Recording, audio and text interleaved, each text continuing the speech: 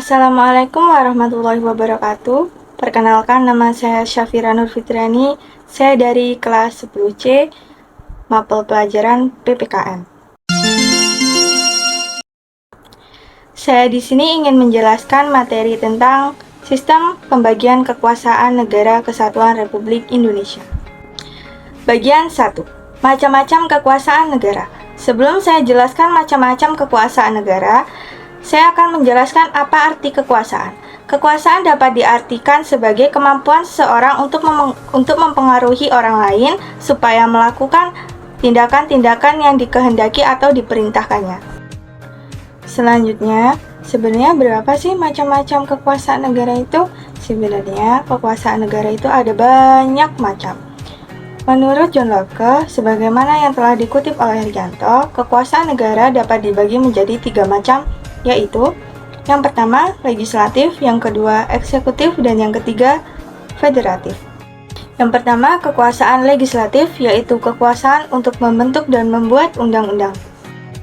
Selanjutnya, yang kedua kekuasaan eksekutif, yaitu kekuasaan untuk melaksanakan undang-undang dan termasuk kekuasaan untuk mengadili pelanggaran terhadap undang-undang. Dan yang ketiga kekuasaan federatif, yaitu kekuasaan untuk melaksanakan hubungan luar negeri. Sedangkan menurut Montesquieu, sebagaimana yang telah dikutip oleh Rianto, kekuasaan negara dapat dibagi menjadi 3 macam, yaitu yang pertama legislatif, yang kedua eksekutif, dan yang ketiga yudikatif.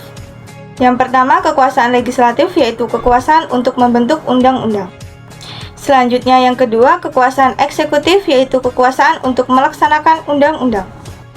Dan yang ketiga kekuasaan yudikatif, yaitu kekuasaan untuk mempertahankan undang-undang.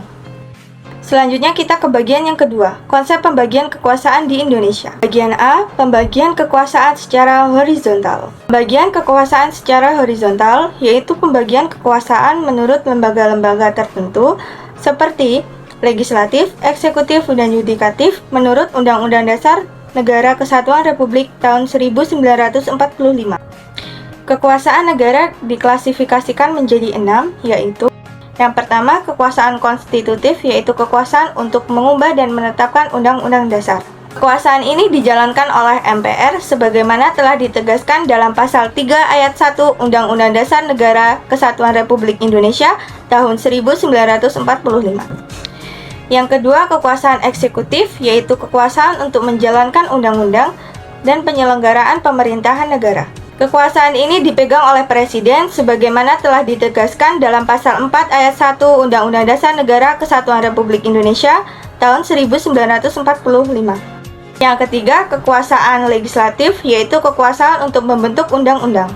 Kekuasaan ini dipegang oleh Dewan Perwakilan Rakyat sebagaimana telah ditegaskan dalam pasal 20 ayat 1 Undang-Undang Dasar Negara Kesatuan Republik Indonesia tahun 1945. Kekuasaan yudikatif, yaitu kekuasaan untuk menyelenggarakan peradilan guna menegakkan hukum dan keadilan.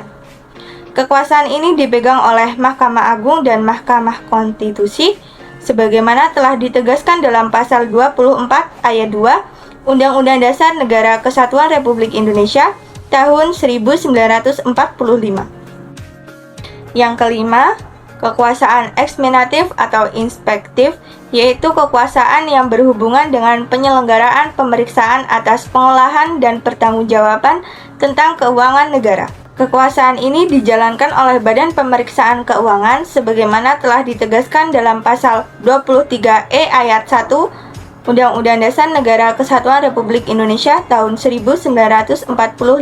Yang keenam atau yang terakhir, kekuasaan moneter, yaitu kekuasaan untuk menetapkan dan melaksanakan kebijakan moneter, mengatur dan menjaga kelancaran sistem pembayaran, serta memelihara kestabilan sistem rupiah. Kekuasaan ini dijalankan oleh Bank Indonesia selaku Bank Sentral di Indonesia sebagaimana ditegaskan dalam pasal 23D Undang-Undang Dasar Negara Kesatuan Republik Indonesia tahun 1945.